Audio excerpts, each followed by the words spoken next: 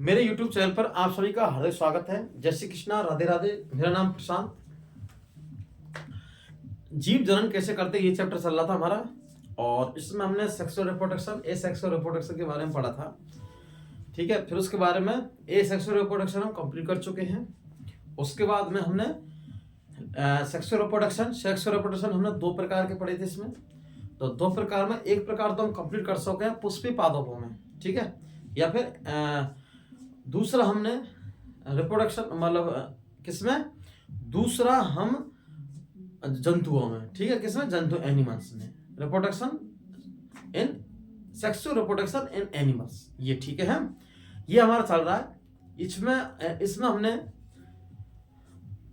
Female male reproductive system female का कर लिया, वो मेल का रिप्रोडक्टिव सिस्टम हमारा कंप्लीट हो चुका है। फीमेल का रिप्रोडक्टिव सिस्टम कंप्लीट हो चुका है हमारा, किसका, फीमेल रिप्रोडक्टिव सिस्टम का हमारा कंप्लीट हो चुका है। अब हम इसमें पढ़ेंगे क्या, प्रजनन की अवस्था। ये थोड़ा लास्ट बच रहा है, किस प्रकार से हम भ्रूण का, ट्रोफोब्लास्ट का, ब्लास्टोमियर, ठीक है, ये प्रकार के, ब्लास्टोसील गुहा, ब्लास्टोसील, ठीक है, ट्रोफोब्लास्ट, ये प्रकार के, और प्रजनन की अवस्था, ठीक है, किसकी, प्रजनन की अवस्था। तो प्रजनन के बारे में पढ़ते हैं, हेड लगाते हैं, प्रजनन की अवस्थाएं।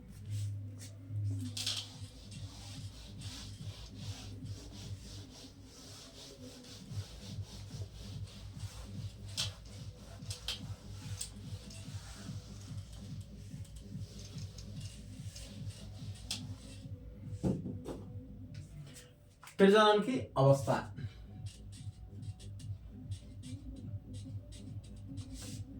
प्रजनन की अवस्थाएं।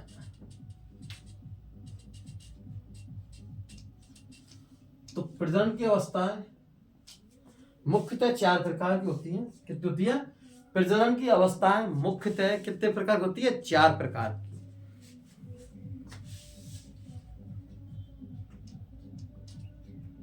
प्रजनन की चार अवस्थाएं होती है। सबसे पहले हम पढ़ेंगे, इसमें क्या पढ़ेंगे, सबसे पहले पढ़ेंगे युग्मक जनन। युग्मक जनन, ठीक है, पहले क्या पढ़ेंगे हम, युग्मक जनन। सेकंड पढ़ेंगे हम निषेचन, फर्टिलाइजेशन, ठीक है। पहली युग्मक जनन क्या है, पहली है युग्मक जनन, क्या है, युग्मक जनन। दूसरी है निषेचन, फर्टिलाइजेशन, ठीक है। तीसरे नंबर की हमारी आती है इसमें युग्मक जनन। तीसरे नंबर की हमारे आती इसमें आती है विदलन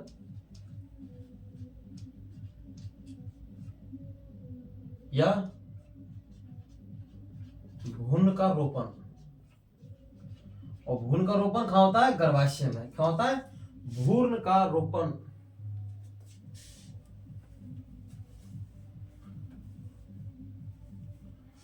भ्रूण का रोपण क्या होता है, गर्भाशय में। खबर होता है गर्भाशय में, ठीक है। दूसरा वो फोर्थ नंबर, नेक्स्ट मतलब फोर्थ नंबर है हमारी प्रसव, डिलीवरी। बच्चे को शिशु को जन्म देने की प्रक्रिया, शिशु को जन्म देना ही क्या कहलाता है, प्रसव, डिलीवरी, ठीक है। कितने, 9 महीने बाद। कितने बाद, 9 महीने बाद। इसमें प्रसव समय लगता है 9 महीने या फिर 280 दिन या फिर 40 हफ्ते। एक भी समय है, 9 महीने 280 दिन 40 हफ्ते, क्या है, 40 हफ्ते, ठीक है। सबसे पहले हम अवस्था फर्स्ट को पढ़ेंगे, प्रजनन की फर्स्ट अवस्था युग्मक जनन, ठीक है। हेडिंग बनाते हैं इसको, युग्मक जनन को। निषेचन तो मैंने बता दिया, प्रवेशदान। निषेचन में क्या होता है, नर का शुक्राणु मादा के अंडाणु के संयोगमन को क्या कहते हैं, हम निषेचन कहते हैं, फर्टिलाइजेशन। इसमें क्या होता है, निषेचन नर के शुक्राणु मैथुन क्रिया, मादा के मैथुन क्रिया के समय पर, क्या है, मादा के मैथुन क्रिया के समय पर शुक्राणु द्वारा, क्या, शुक्राणु द्वारा वो मतलब मादा के मैथुन क्रिया के समय शुक्राणुओं का अंडाणु से संयोगमन होना, क्या होना, शुक्राणु से संयोगमन का अंडाणु क्या होना, संयोगमन होना, संलयन होना, क्या कहलाता है, निषेचन। ठीक है,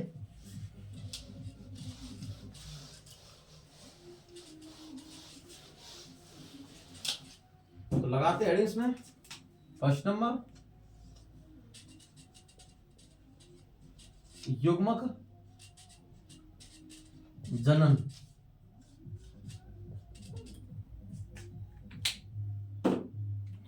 युग्मक जनन, युग्मक जनन क्या होता है, युग्मक का जनन क्या, युग्मक जनन, युग्मक के जनन के बारे में देखते हैं, हम समझते हैं इसके बारे में। युग्मक जनन क्या होता है, युग्मक, पहले तो नाम से इस युग्मक या युग्मक जनन। युग्मक जनन में क्या होता है, युग्मक मतलब एक युग मतलब एक युग्मक, एक नर युग्मक और एक मादा युग्मक। ठीक है, क्या है, नर युग्मक और मादा युग्मक।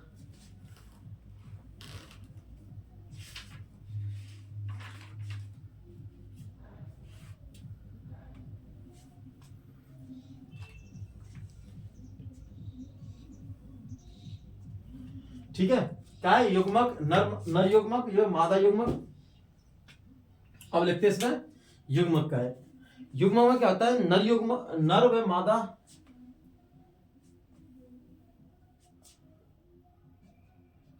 नर व मादा में युग्मक का निर्माण, किसका, युग्मक, नर व मादा में युग्मकों का निर्माण जिस विधि द्वारा नर व मादा में युग्मकों का निर्माण जिस विधि द्वारा नर व मादा में युग्मकों का निर्माण जिस विधि द्वारा किया जाता है उसे हम किया जाता है जिस विधि द्वारा नर व मादा में युग्मक का निर्माण जिस विधि द्वारा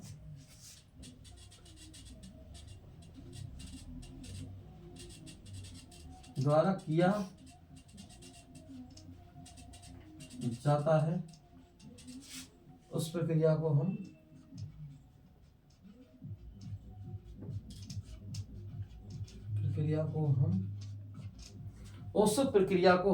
युग्मक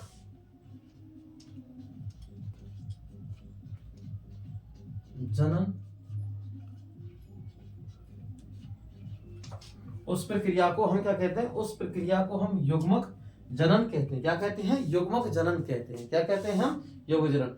नर व मादा में युग्मकों का निर्माण जिस विधि द्वारा किया जाता है उस प्रक्रिया को हम युग्मक जनन कहते हैं। क्या कहते हैं, युग्मक जनन कहते हैं। ठीक है, विधि द्वारा किया जाता है इसे क्या कहते हैं, युग्मक जनन कहते हैं। ठीक है, अब देखो इसमें आगे देखो,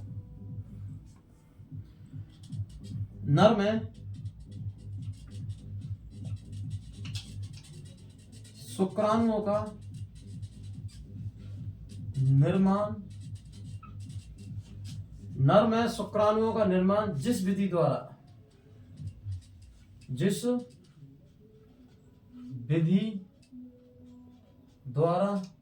नर में शुक्राणुओं का निर्माण, ठीक है, नर में शुक्राणु का निर्माण जिस विधि द्वारा किया जाता है उसे हम शुक्र जनन कहते हैं। क्या कहते हैं, शुक्र जनन। शुक्राणुओं के निर्माण की प्रक्रिया क्या कहलाती है, शुक्र जनन कहते हैं। तो नाम से स्पष्ट है, शुक्र जनन। शुक्राणु के निर्माण की प्रक्रिया क्या कहलाती है, शुक्र जनन। ठीक है, नेक्स्ट मतलब इसमें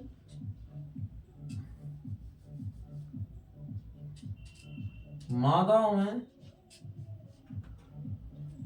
में अंडाणु के निर्माण की प्रक्रिया, मादाओं में अंडाशय से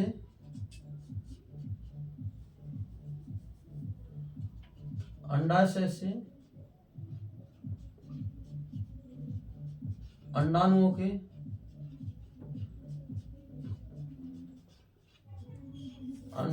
निर्माण की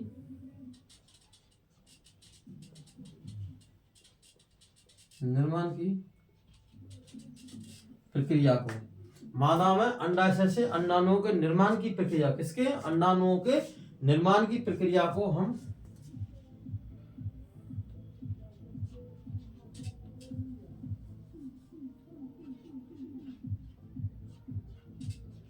अंडजनन कहते हैं। क्या कहते हैं? अंडजनन कहते हैं। ठीक है, तो युग्मक जनन से स्पष्ट है, नर व मादा में युग्मकों का निर्माण जिस विधि द्वारा किया जाता है। क्या है? नर व मादा में युग्मकों का निर्माण जिस विधि द्वारा, किसका? युग्मकों का निर्माण। युग्मक एक जोड़ा है, नर युग्मक और एक मादा युग्मक, फिर बनाता है युग्मनज। ठीक है, तो युग्मक का निर्माण जिस विधि द्वारा, किसके द्वारा? जिस विधि द्वारा किया जाता है, उस प्रक्रिया को हम क्या कहते हैं? युग्मक जनन। क्या कहते हैं? युग्मक जनन कहते हैं। नर में शुक्राणु का निर्माण जिस विधि द्वारा किया जाता है। क्या है? नर में शुक्राणु का निर्माण जिस विधि द्वारा किया जाता है, किसकी द्वारा? जिस विधि द्वारा किया था, उसे हम कहते हैं शुक्र जनन। क्या कहते हैं उसको? हम शुक्र जनन। ठीक है, दूसरा, मादा में अंडाशय से अंडाणुओं के निर्माण की प्रक्रिया को हम क्या कहते हैं? अंड जनन। क्या कहते हैं? अंड जनन। इसका मतलब एक ही नाम से स्पष्ट है, युग्मक क्या चल रहा है? युग्मक जनन। युग्मक जनन का मतलब युग्मक का निर्माण होना। क्या होना? युग्मक का निर्माण होना। किसका निर्माण होना? युग्मक का निर्माण होना। और नर युग्मक और एक मादा युग्मक होते हैं। क्या होते हैं? एक तो होता है नर युग्मक, दूसरा होता है मादा युग्मक।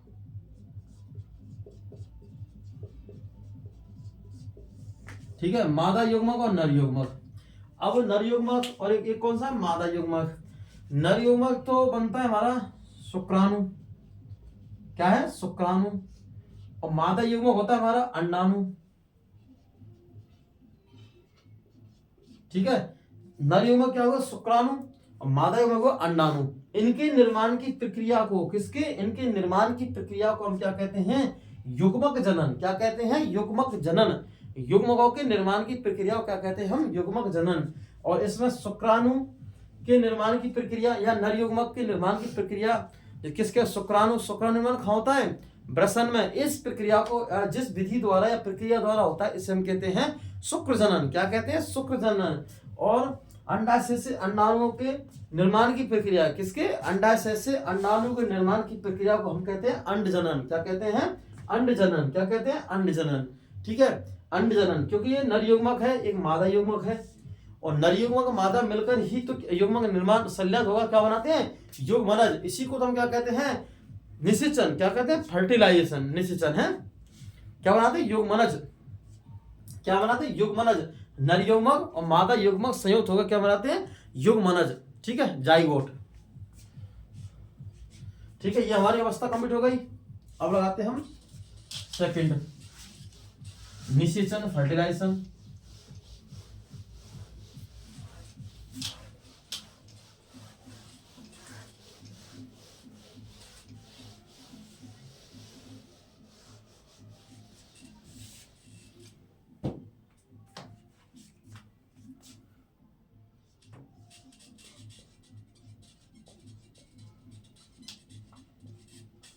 निषेचन, इसको बोलते फर्टिलाइजेशन है। होता क्या निषेचन में? नर युग्मक का शुक्राणु और मादा युग्मक के अंडाणु से संलयन को क्या कहते हैं हम? संयुग्मन को हम निषेचन बोलते हैं। क्या बोलते हैं? निषेचन। तो नर युग्मक व नर युग्मक शुक्राणु, ऐसा लिख लो, अच्छी बन जाए परिभाषा। नर युग्मक शुक्राणु, मादा युग्मक अंडाणु तथा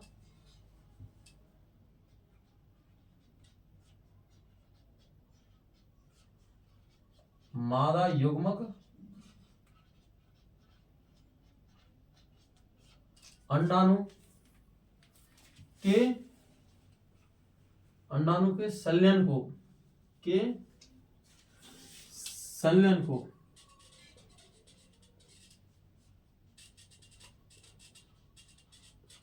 संलयन को हम निषेचन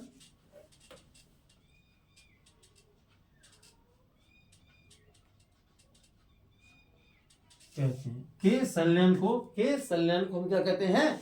निषेचन कहते हैं। क्या है? निषेचन। जिसके परिणाम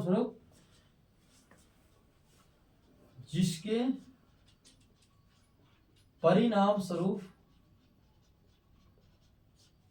युग्मनज का निर्माण होता है। किसका? युग्मनज का निर्माण। युग्मनज का निर्माण होता है। क्या होता है? युग्मनज का निर्माण होता है। ठीक है।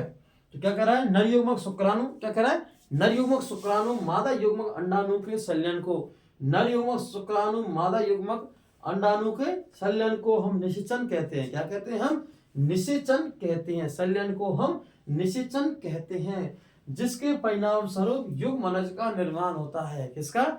जिसके परिणाम स्वरूप युग्मनज का निर्माण होता है। क्या होता है? युग्मनज का निर्माण होता है। जिसके परिणाम स्वरूप, किसके परिणाम स्वरूप? युग्मनज का निर्माण होता है। ठीक है। इसे क्या करेंगे? जिसे हम इस प्रक्रिया को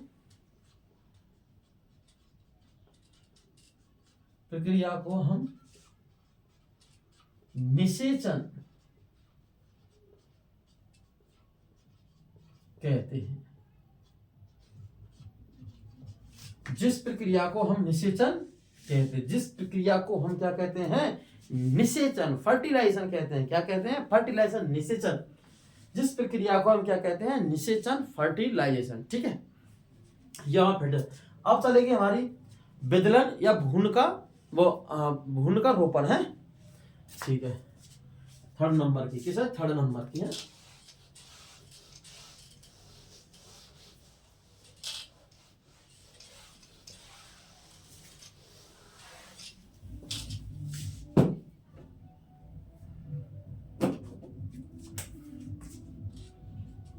और किसकी अवस्था चल रही है? प्रजनन की अवस्था। किसकी अवस्था चल रही है? प्रजनन की अवस्था। किसकी अवस्था? प्रजनन की अवस्था। प्रजनन की अवस्था थर्ड चल रही है हमारी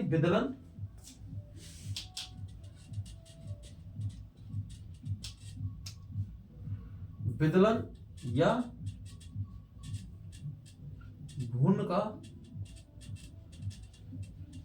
रोपण।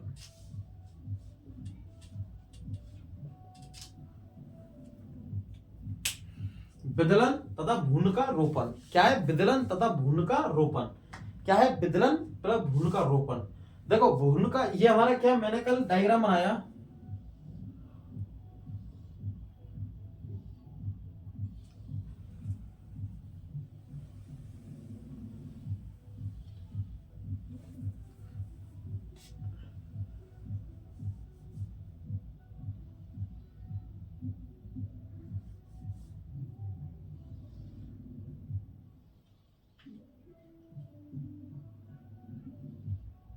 देखो ये हमारा क्या है?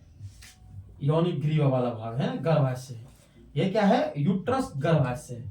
इस गर्भाशय में क्या होता है? इस जगह अंडवाहिनी में क्या होती है? निषेचन की प्रक्रिया होती है। क्योंकि अंडाणु से क्या बनता है? अंडाशय से क्या बनता है? अंडाणु इस प्रकार बढ़ता रहता है आगे, और अंडवाहिनी में यहाँ क्या? शुक्राणु आ गया।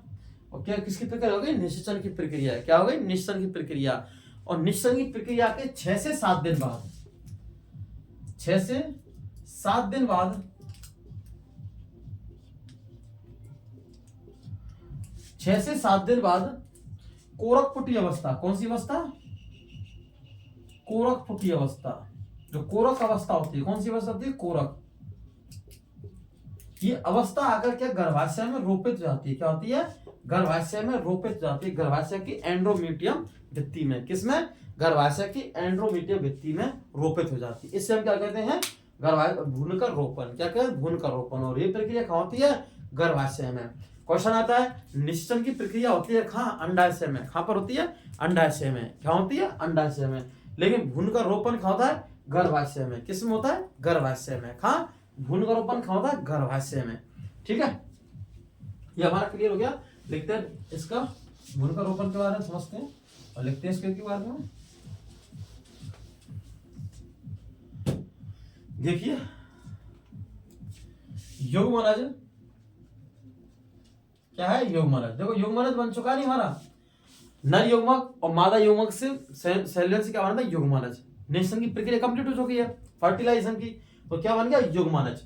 युग्मनज समसूत्री विभाजन द्वारा, समसूत्री विभाजन द्वारा युग्मनज समसूत्री विभाजन द्वारा, किसके द्वारा, समसूत्री विभाजन द्वारा, युग्मनज समसूत्री विभाजन द्वारा, युग्मनज समसूत्री विभाजन द्वारा, किसके द्वारा, समसूत्री विभाजन द्वारा। कौन, युग्मनज, युग्मनज समसूत्री विभाजन द्वारा, किसके द्वारा, समसूत्री विभाजन द्वारा। कौन, युग्मनज, युग्मनज समसूत्री विभाजन द्वारा क्या बनाएगा, एक संरचना का निर्माण,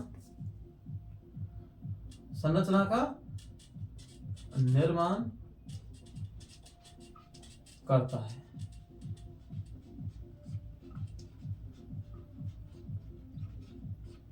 जिसे हम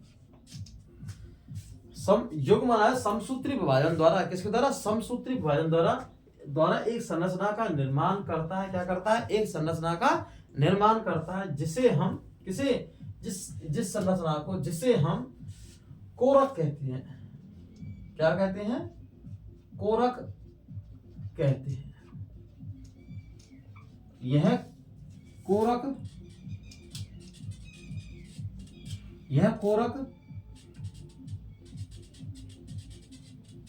गर्भाशय की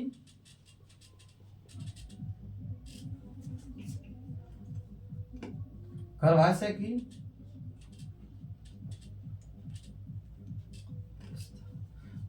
की अंतः स्तर,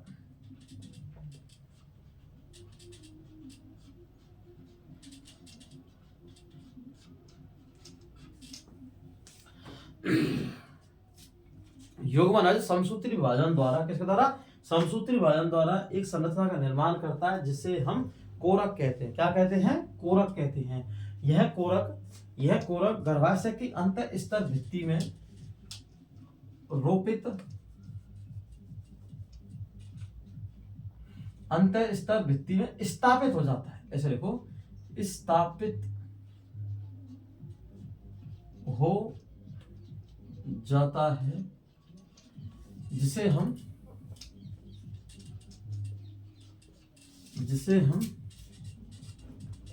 भ्रूण का रोपण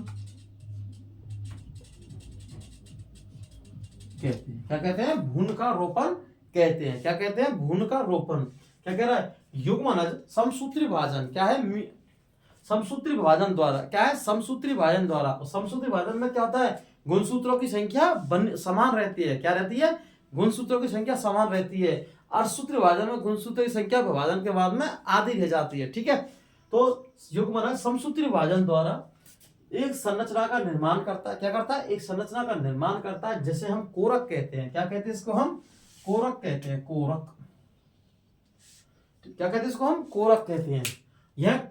यह कोरक गर्भाशय की अंतः स्तर भित्ति में स्थापित हो जाता है। क्या होता है, मतलब ये जो कोरक है, कोरक गर्भाशय की अंतः भित्ति स्तर में स्थापित हो जाता है। क्या होता है, अंतः भित्ति स्तर में अंतः स्तर भित्ति में स्थापित हो जाता है, जिसे भ्रूण का रोपण कहते हैं। यह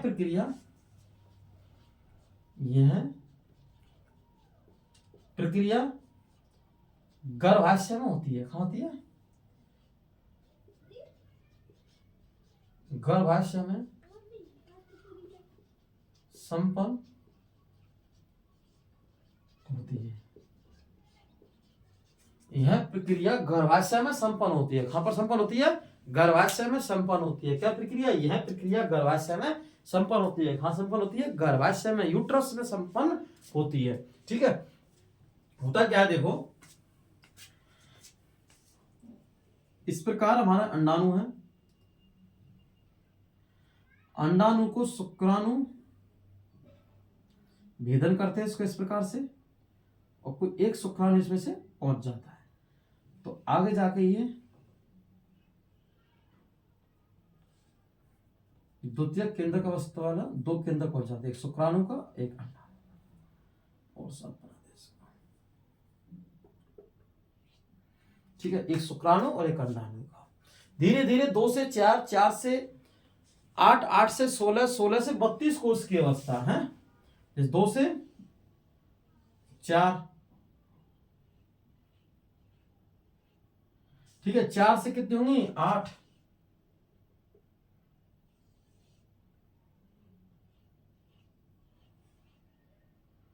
2 2 4, 4 से 8, 8 8 से 16, 16 से 32 कोष की अवस्था। और 32 कोष की अवस्था को हम कहते हैं मोरुला अवस्था। क्या कहते हैं? ये 32 कोष की अवस्था है। कैसी है? 32 कोष की अवस्था, ये कहलाते हैं हमारे मोरुला। ठीक है, 32 कोष का होती है इसमें। अगर कुछ कम आती है तो कोई दिक्कत नहीं है, 32 कोष का मानते हैं इसको हम, है।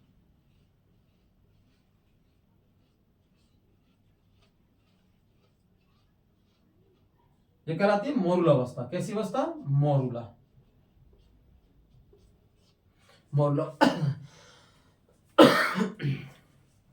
अब मोरुला अवस्था में आगे जाकर फिर विभाजन होता है, तो इसमें फिर कुछ कोशिका ऊपर की ओर संकीर्ण हो जाती हैं।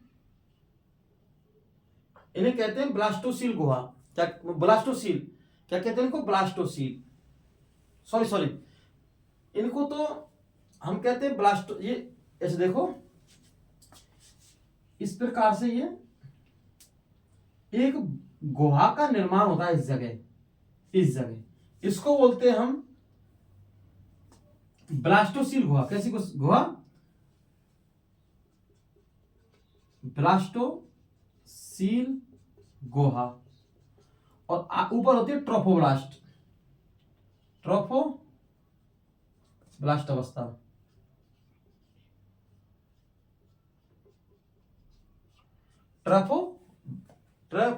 ट्रोफोब्लास्ट अवस्था है। ट्रोफोब्लास्ट अवस्था में आगे विभाजन होकर एक भ्रूणीय झिल्ली आंतरिक झिल्ली बनती। कैसी? भ्रूणीय झिल्ली।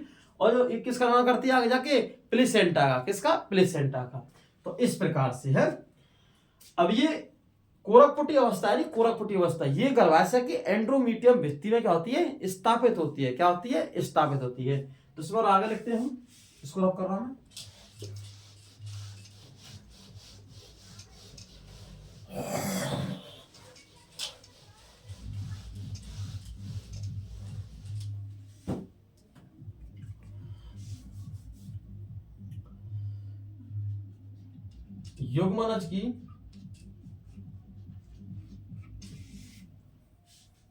युग्मनज की कोरकपुटी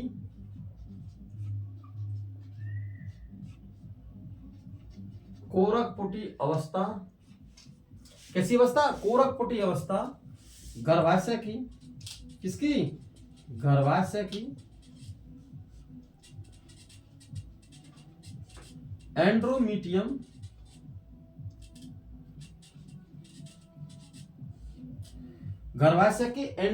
भित्ति में युग्मनज की कोरकपुटी अवस्था। कैसी अवस्था? युग्मनज की कोरकपुटी अवस्था गर्भाशय की, किसकी? गर्भाशय की एंड्रोमीटियम भित्ति में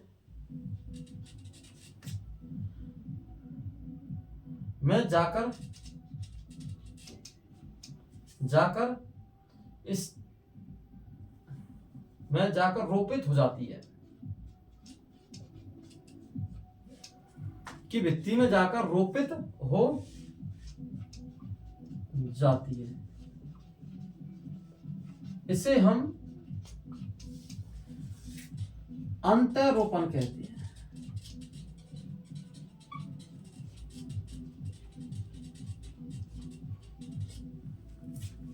क्या कहते हैं? इसे हम अंतरोपण कहते हैं। क्या कहते हैं इसको? हम अंतरोपण।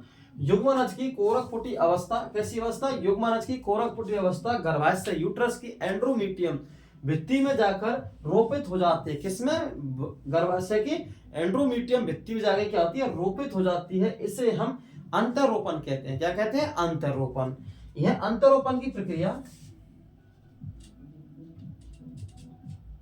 अंतरोपण की प्रक्रिया क्या है? अंतरोपण की प्रक्रिया।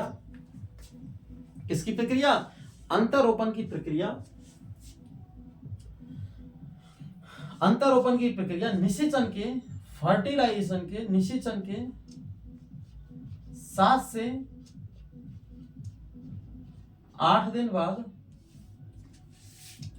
होती है। अंतरोपण की प्रक्रिया निषेचन के 7 से 8 दिन बाद होती है। इसमें निषेचित मतलब जिस अंडे क्या होगा? निषेचन, शुक्राणु से अंडाणु का मिलन हो गया। निषेचित अंडाणु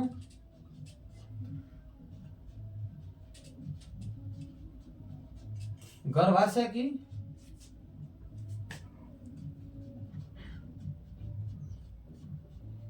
भित्ति में आकर धस जाता है। ठीक है, भित्ति में आकर धस जाता है। इसे ही हम क्या कहते हैं? इसे ही हम प्रेग्नेंट बोलते हैं। ठीक है, प्रेग्नेंट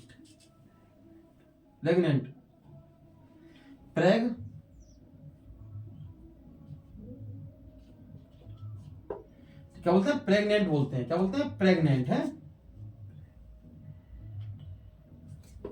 क्या बोलते हैं इसको हम? प्रेग्नेंट, या फिर गर्भ से। क्या है? महिला गर्भ से है, या इसको बोलते हैं हम महिला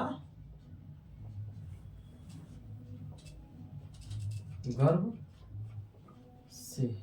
ठीक है, महिला क्या है? गर्भ से। ठीक है, यह गर्भ की अवधि होती है 9 से कितने? गर्भ की अवधि होती है 9 महीने, या फिर 280 दिन, या फिर क्या होती है? 280 दिन, या फिर 40 हफ्ते। ठीक है,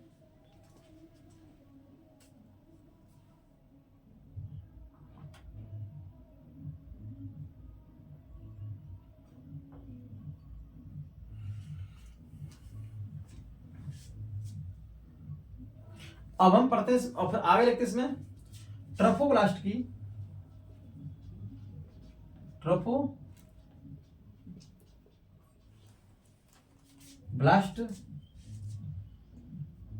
एक अतिरिक्त ट्रोफोब्लास्ट से एक अतिरिक्त, ये इंपॉर्टेंट पॉइंट है। ट्रोफोब्लास्ट से एक अतिरिक्त क्या है? ट्रोफोब्लास्ट से एक अतिरिक्त भ्रूणीय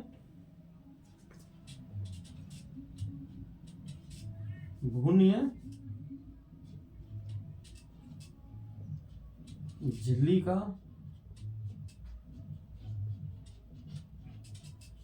निर्माण होता है। ट्रोफोब्लास्ट से एक अतिरिक्त कितना? एक अतिरिक्त भ्रूणीय झिल्ली का निर्माण होता है। क्या होता है? ट्रोफोब्लास्ट से एक अतिरिक्त भ्रूणीय झिल्ली का निर्माण होता है। क्या होता है? इससे अतिरिक्त एक भ्रूणीय झिल्ली का निर्माण होता है। क्या होता है? एक अतिरिक्त भ्रूणीय झिल्ली का निर्माण होता है। यह झिल्ली, यह झिल्ली प्लेसेंट आगे चलकर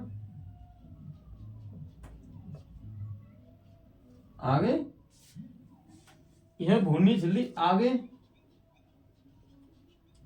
चलकर प्लेसेंटा का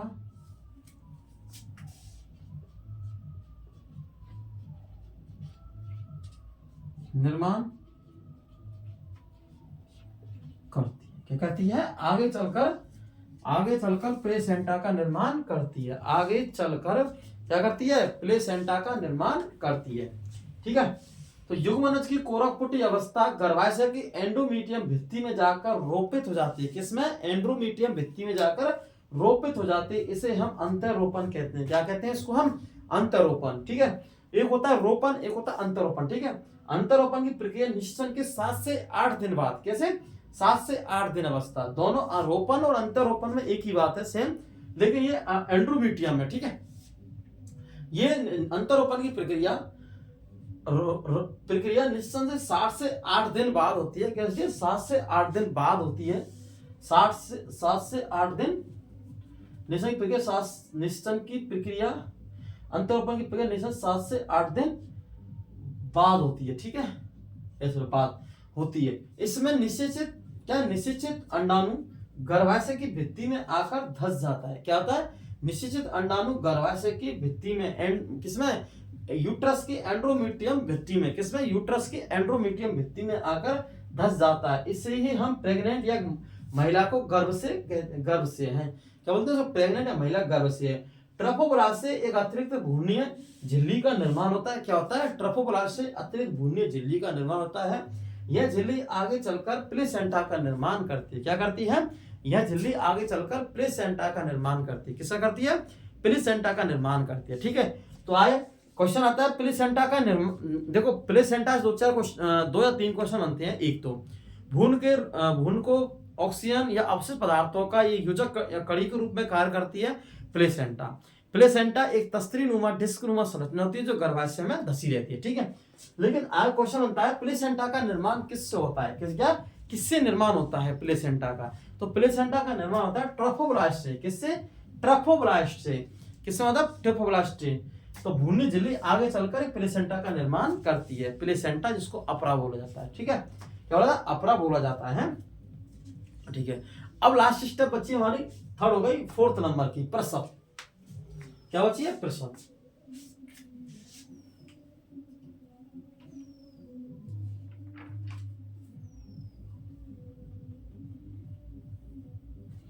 ठीक है, हम प्रसव लिखते हैं लास्ट में।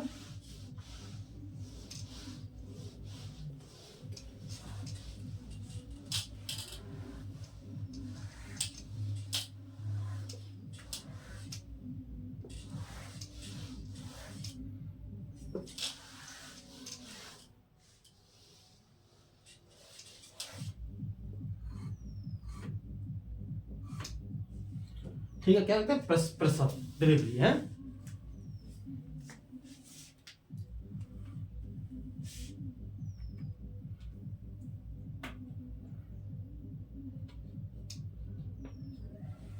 प्रसव कौन सा पॉइंट है हमारा, 4th पॉइंट।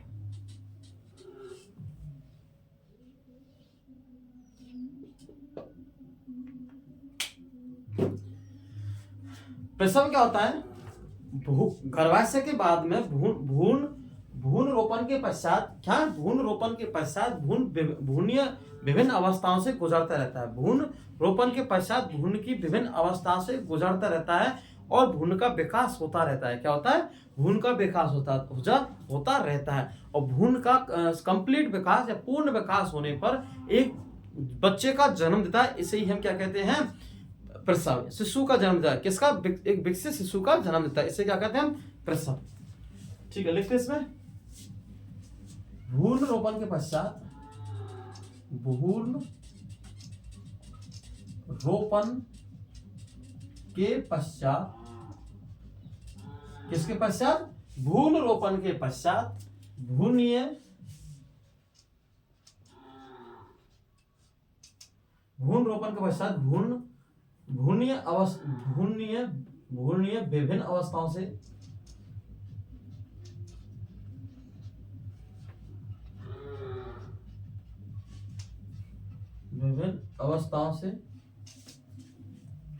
भ्रूण रोपण के पश्चात भ्रूणीय विभिन्न अवस्थाओं से होकर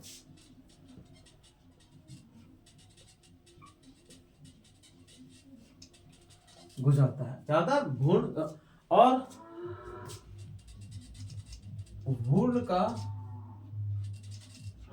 विकास होता, क्या होता है, और भ्रूण का विकास, किसका, भ्रूण का विकास होता है। क्या होता है, भ्रूण का विकास होता रहता है। ऐसे लिख लो, होता रहता है। भ्रूण रोपण के पश्चात भ्रूणीय विभिन्न अवस्थाओं से होकर गुजरता भ्रूण का विकास होता रहता है। किसका विकास होता रहता है? भ्रूण का विकास होता रहता है। किसका विकास? भ्रूण का विकास होता रहता है। ठीक है,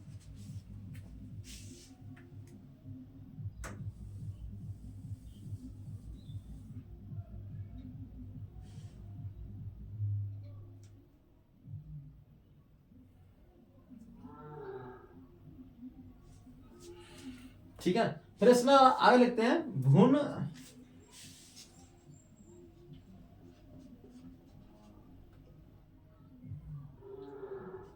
भ्रूण का पूर्ण विकास होने पर पूर्ण विकास होने पर भ्रूण का पूर्ण विकास होने पर कैसे? भ्रूण का पूर्ण विकास होने पर भ्रूण का पूर्ण विकास होने पर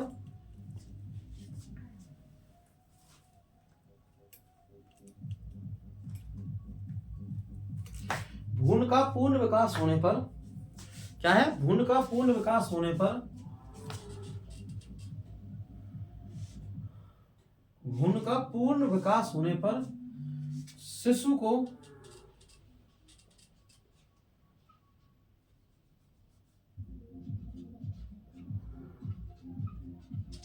जन्म देती है। शिशु का जन्म होता है। शिशु का जन्म होता है। इसे हम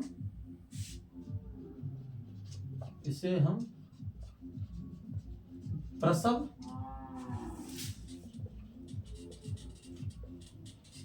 क्या कहते हैं? इसे हम शिशु का जन्म होता है, इसे हम प्रसव कहते हैं। क्या कहते हैं? इसे हम प्रसव कहते हैं। क्या कहते हैं? इसे हम प्रसव कहते हैं। क्या कहते हैं? इसे हम प्रसव कहते हैं। क्या कहते हैं? प्रसव, डिलीवरी। ठीक है, प्रसव का समय मतलब भ्रूण गर्भ काल का समय से लिखो। गर्भ काल का समय 9 महीने क्या है? 9 महीने या 280 दिन या 280 दिन और या फिर इसमें 40 हफ्ते का समय लगता है। क्या लगता है? 40 हफ्ते का समय लगता है। ठीक है, कुछ गर्भ काल का समय होता है, तो इसमें लिखते हैं व्हेल मछली में, जैसे में व्हेल मछली क्या है? ब्लू व्हेल मछली का गर्भ काल 3 साल का होता है।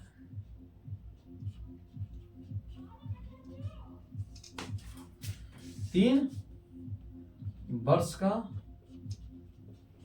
होता है। ठीक है, मनुष्य कितना है? 9 महीने का। कितने का? 9 महीने का। ठीक है, और तो क्या कह रहा है? भ्रूण रोपण के पश्चात भ्रूणीय विभिन्न अवस्थाओं से या भ्रूणीय विभिन्न अवस्थाओं से होकर गुजरता है। भ्रूणीय विकास की, ऐसे लिख लो, भ्रूणीय विकास की विभिन्न अवस्थाओं से है। भ्रूणीय विकास की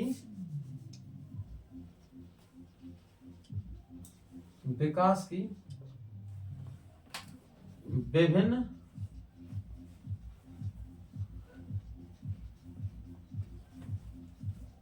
अवस्थाओं से। ठीक है, तो क्या कह रहा है? क्या लिख रहा है हमने?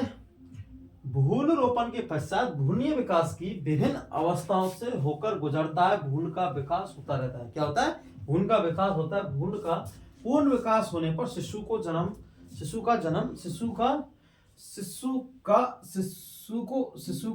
होता है। किसका? शिशु का जन्म होता है। इसे हम प्रसव कहते हैं। क्या कहते हैं? इसे हम प्रसव कहते हैं। क्या कहते हैं? प्रसव कहते हैं। गर्भ काल का समय 9 महीने या 280 दिन या फिर कितना होता है 40 हफ्ते का समय लगता है ब्लू व्हेल में मछली का गर्भकाल 3 वर्ष का, कितना 3 वर्ष का, ठीक है, होता है। कितने वर्ष का? 3 वर्ष का होता है, ठीक है। इस प्रकार कल हम पढ़ेंगे अंडे का ये वाला हमारा पार्ट कंप्लीट हो चुका है। कल हम पढ़ेंगे नेक्स्ट वीडियो में कि अंडा अगर निश्चन हुआ या नहीं हुआ, दोनों, ठीक है। तो 2 कंडीशन होती है इसमें।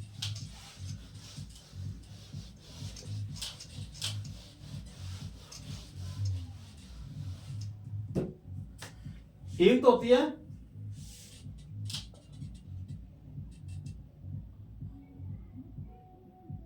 अंडे का निषेचन हो गया, दूसरा अंडे का निषेचन नहीं हुआ।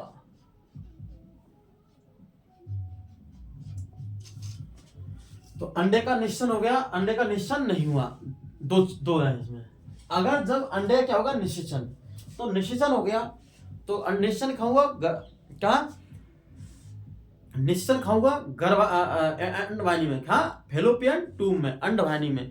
जब अंडवाहिनी में निश्चल नहीं होगा तो क्या होगा, पहली कंडीशन पढ़ रहे हैं निश्चल हो गया, दूसरा अंडे का निश्चल नहीं हुआ। पहली कंडीशन देखो कि निश्चल, तो निश्चल कहाँ होता है अंडवाहिनी, फर्टिलाइजेशन कहाँ पर होता है अंडवाहिनी में, फेलोपियन ट्यूब में। फेलोपियन ट्यूब में फर्टिलाइजेशन हो गया, क्या हो गया फर्टिलाइजेशन हो गया। तो फिर आगे बाद में कोरक कैसी अवस्था, युग्मनज के बाद में कोरक अवस्था बनेगी, कोरक पुटी अवस्था, ये गर्भाशय के एंडोमीट्रियम भित्ति में आके धंस जाएगी।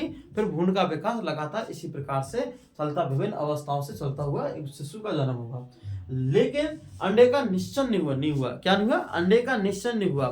तो क्या होगा, इसकी जो अंडा है, अंडे का क्या हुआ, निश्चन नहीं हुआ। तो अंडे क्या करेगा, फटकर ये और गर्भाशय की दीवार को से ब्लडिंग होते हुए योनि मार्ग से बाहर निकल जाएगा, ठीक है। इसको पढ़ेंगे कल नेक्स्ट वीडियो में।